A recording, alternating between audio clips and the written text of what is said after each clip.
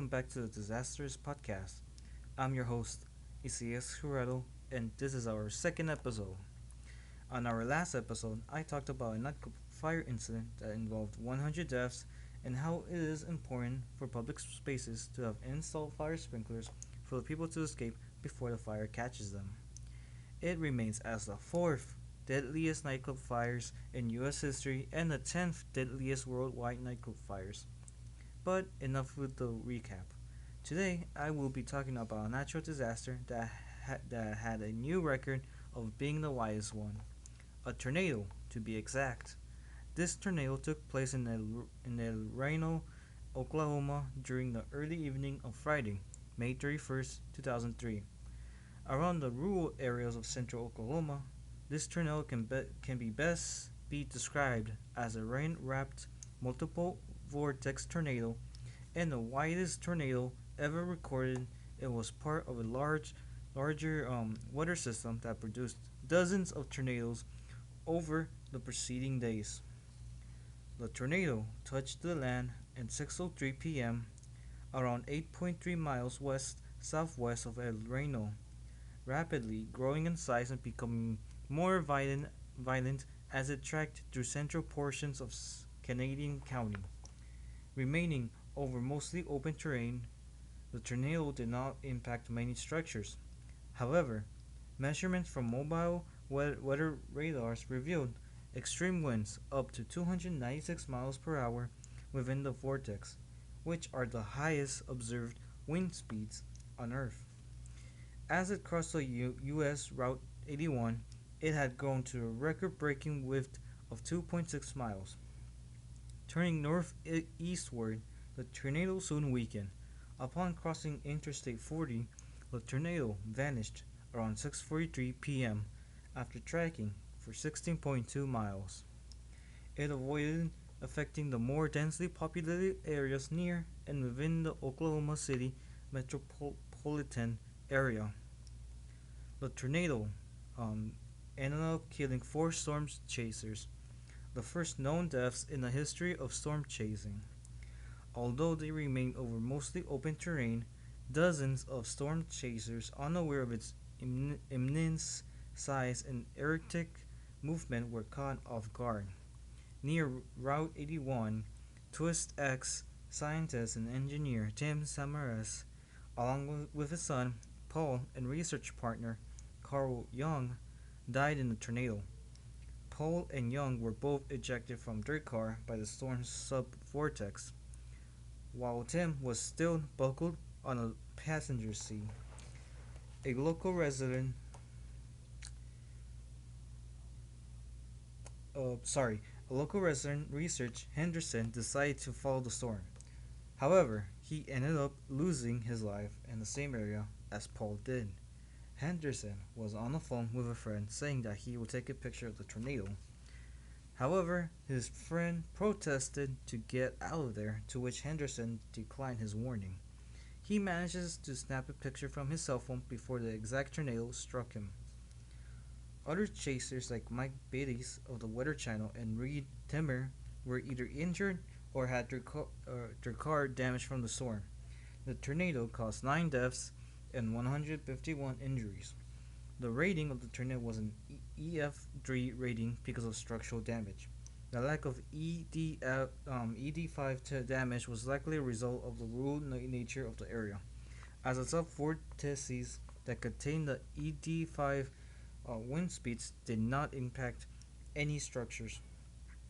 It did around $35 to $40 million in damages. Due to the ferocity and sheer size, as well as its irregular movement and the deaths linked to this tornado, it has become one of the most studied and infamous tornadoes ever. The National Weather Service referred to the tornado as the most dangerous tornado in storm observing history. As the tornadoes approached the Oklahoma City, residents left the area for safety.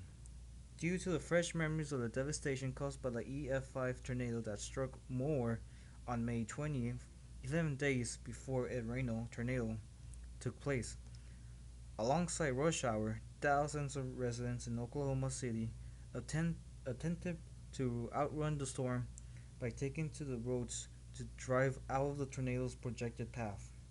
Moreover, Interstates 35, 40, 44, and 240 became parking lots as the storms neared. Residents reported that the highways were chaotic.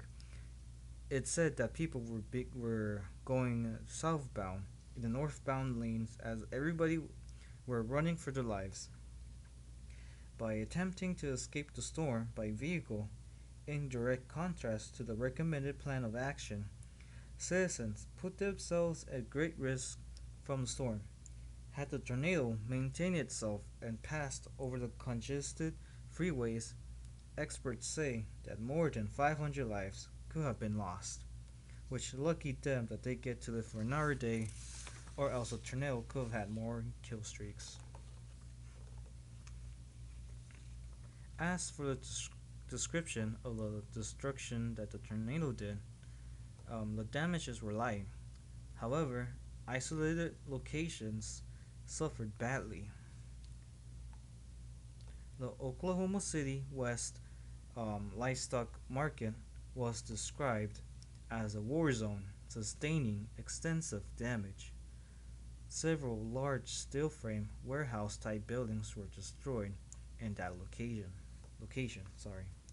Multiple large brick buildings at the nearby Canadian Valley Technology Center were heavily damaged or destroyed, and a large metal wind turbine prop blade was thrown 100 yards into the side of a daycare building on the property.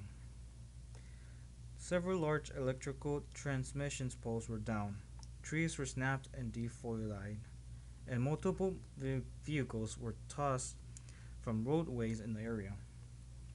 At least 29 buildings and 40 vehicles were damaged or destroyed by the tornado, with the repairs in the El Reno area expected to take at least a year.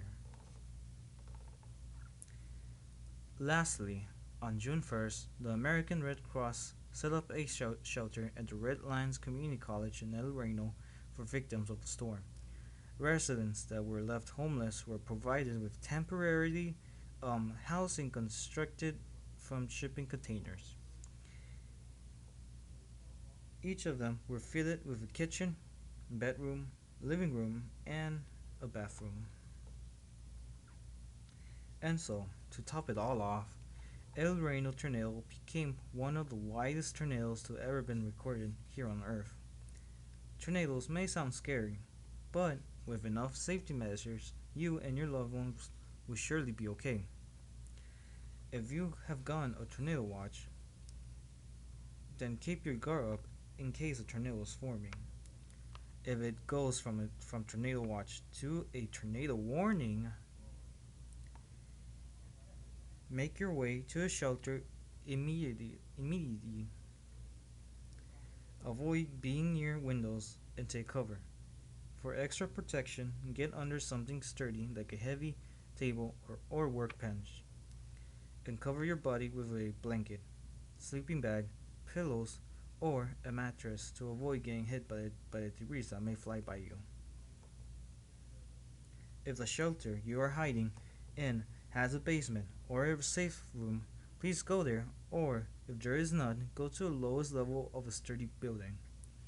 And lastly, if you are driving while a tornado is present, do not try to outrun the tornado, but to park your car and stay there. Secure your seatbelt and put your head down below the window, covering it with your hands or a blanket if you have one. And finally, stay aware of weather conditions.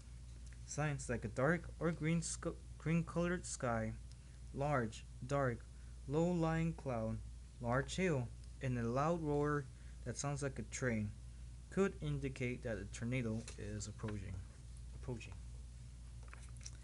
And that is all for today's episode.